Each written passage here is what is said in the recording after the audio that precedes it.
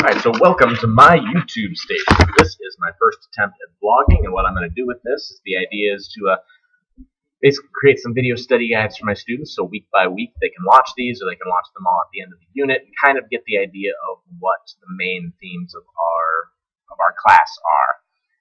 Need more of a big picture type of thing, where I'll be talking about a week's worth of material, or talking about a topic that kind of ties in some way, rather than, of course, talking about the individual stories. Now, I might bring up some of those examples, but generally, this will be more big picture type stuff. Having said that, my first topic will actually be an old one for us. It's one of dear importance to my heart because I love narrative structure, and that is The Hero's Journey.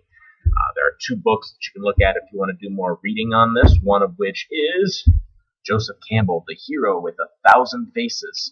The other one is a book by Christopher Vogler that actually simplifies Joseph Campbell's work even more so, and it's called The Writer's Journey and has a big long subtitle that I don't remember.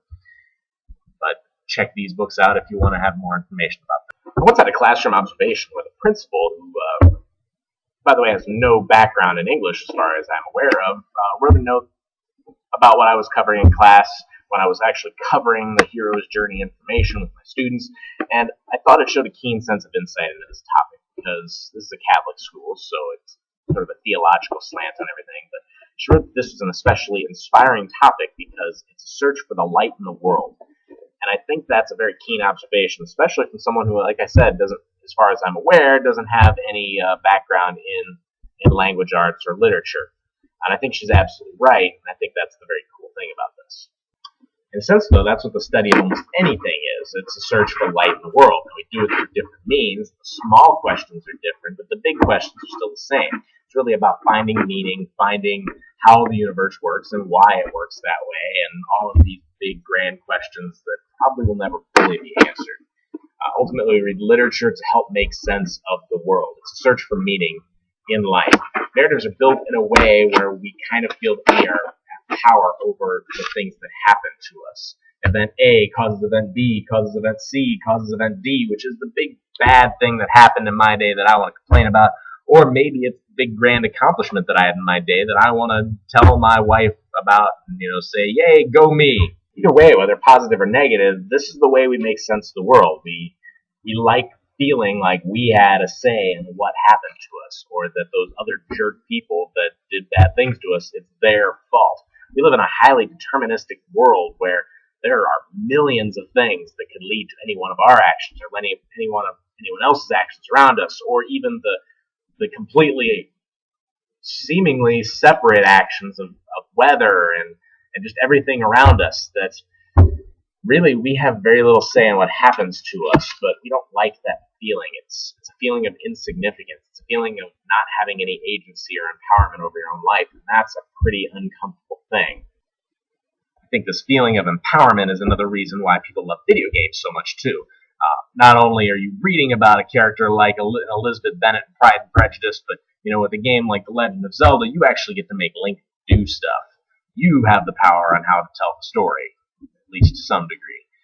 You get to decide whether he goes left or right and jumps or does whatever. So I think not only do you get the story, which makes us feel empowered, but you actually have game mechanics that allow you to have an active role, that allow you to play the part of the antagonist instead of just in your mind imagining that you are that antagonist, whether it's, again, Elizabeth Bennet or anyone else from any other story that you prefer.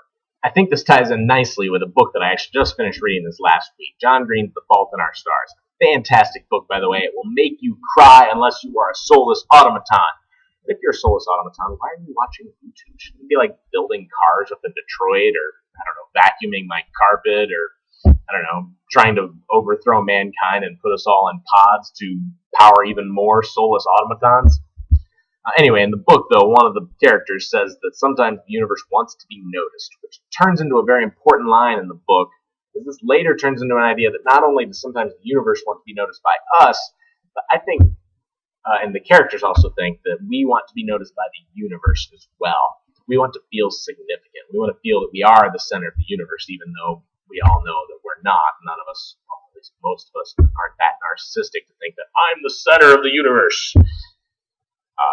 So we aggrandize ourselves. We make ourselves feel more important, and narrative is the best way to do this.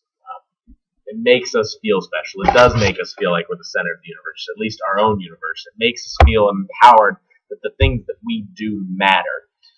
This also kind of makes me think of the great Stephen Crane poem. A man said to the universe, "Sir, I exist." However, replied the universe, that fact has not created in me a sense of obligation.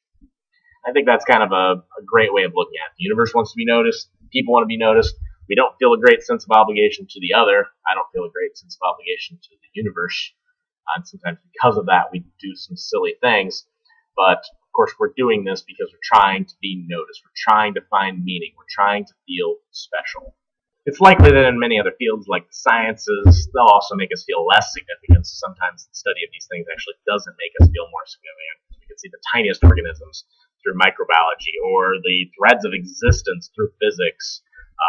We can see these things and actually feel less significant. But the great thing is, no matter how much you study physics or microbiology or anything else, and you might realize just how small and tiny we are in the entire universe, and how much smaller things can exist that are even more powerful than us, narrative will always be there. Narrative will be there to help us feel important, to help us feel empowered, to help us feel special. It'll always be there to help us get a sense of, to help us make sense, rather, of our own little corner of the universe. So I think that's why narrative is wonderful, and thank you for watching.